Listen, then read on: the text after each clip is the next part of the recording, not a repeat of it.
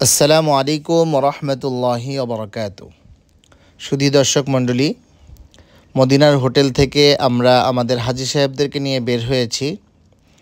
মদিনার মসজিদে নববীর আশপাশে কিছু ঐতিহাসিক স্থান হাজী সাহেবদেরকে পরিদর্শন করাবো। এই পরিদর্শন করার ফাঁকে ফাঁকে আপনাদের জন্যও কিছুটা ভিডিও ধারণ করার চেষ্টা করতেছি, আপনাদেরকেও দেখানোর চেষ্টা করব। আসলে যে সমস্ত জায়গাগুলোতে আমরা হাজী সাহেবদেরকে নিয়ে নামবো সেগুলোতেই আমরা ভিডিও ধারণ করব। তারই অংশ হিসেবে প্রথমে আমরা যাব মসজিদে কুবায়। রাসূলুল্লাহ সাল্লাল্লাহু আলাইহি ওয়াসাল্লাম বলেন, যে ব্যক্তি নিজের ঘর থেকে অজু করে মসজিদে কুবায় গিয়ে 2 রাকাত নামাজ আদায় করলো, আল্লাহ তাআলা তাকে একটি পরিপূর্ণ উমরার সওয়াব দান করবেন। সুবহানাল্লাহ। সেই হিসাবে আমরা সর্বপ্রথম আমাদের হাজী সাহেবদেরকে নিয়ে চলে এসেছি মসজিদে কুবায়।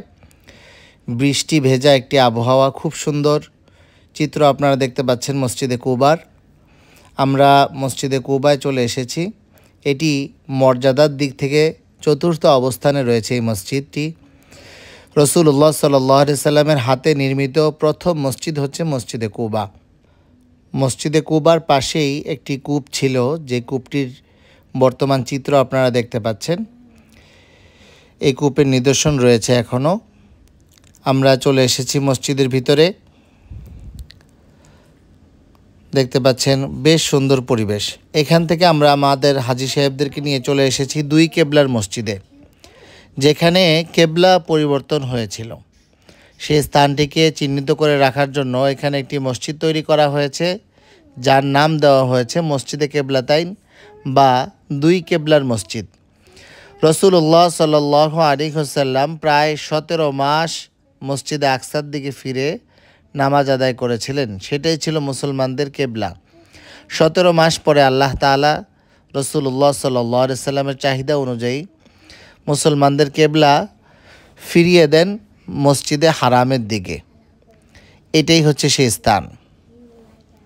দর্শক শ্রোতা, আমরা চলে এসেছি একটি খেজুর বাগানে। হাজী সাহেবরা অনেক সময় খেজুর বাগান দেখতে চায়, সেই হিসেবে আমরা খেজুর বাগানে নিয়ে এসেছি। খেজুর বাগানগুলো কীরকম হয়, আমাদের বাংলাদেশ থেকে যারা হজে বা উমরায় যেয়ে থাকেন ওনারা তো বাংলাদেশে খেজুর বাগান না থাকার কারণে ওনারা দেখতে পান না, যার কারণেই জিয়ারতের সময় গাড়িগুলো খেজুর বাগানে দাঁড়ায়। হাজী সাহেবরা বাগানও দেখে আসেন, অনেক সময় ভিতরে খেজুর পাওয়া যায়, সেগুলো কিনে নিয়ে আসছেন।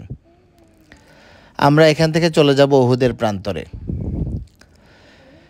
দেখতে পাচ্ছেন আমরা উহুদের ময়দানে চলে এসেছি।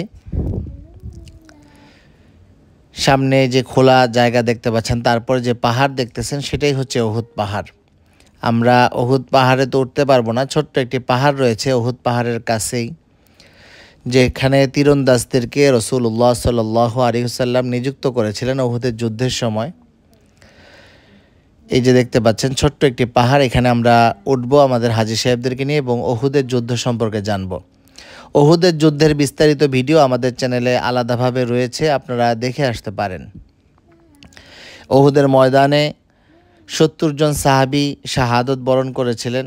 ওনাদের কবরগুলো হচ্ছে এই বাউন্ডারির ভিতরে। আমরা কবর জিয়ারত করতেছি এবং এখানে দোয়া করব। তারপরে আমাদের মদিনার জিয়ারত মোটামুটিভাবে শেষ হবে। এই জিয়ারতের মধ্যে আমরা বাসে বসেই কিছু ঐতিহাসিক স্থান দেখেছি। যেই স্থানগুলোতে আমরা বাস থেকে নেমেছি সেগুলোর ভিডিও ধারণ করেছি আপনাদের জন্য। আল্লাহ রব্বুল আলামিন সমস্ত মুসলমানদেরকে মক্কা মদিনা বারবার আসার সুযোগ দান করেন। আমিন। আসসালামু আলাইকুম ওয়া রাহমাতুল্লাহি ওয়া বারাকাতুহু।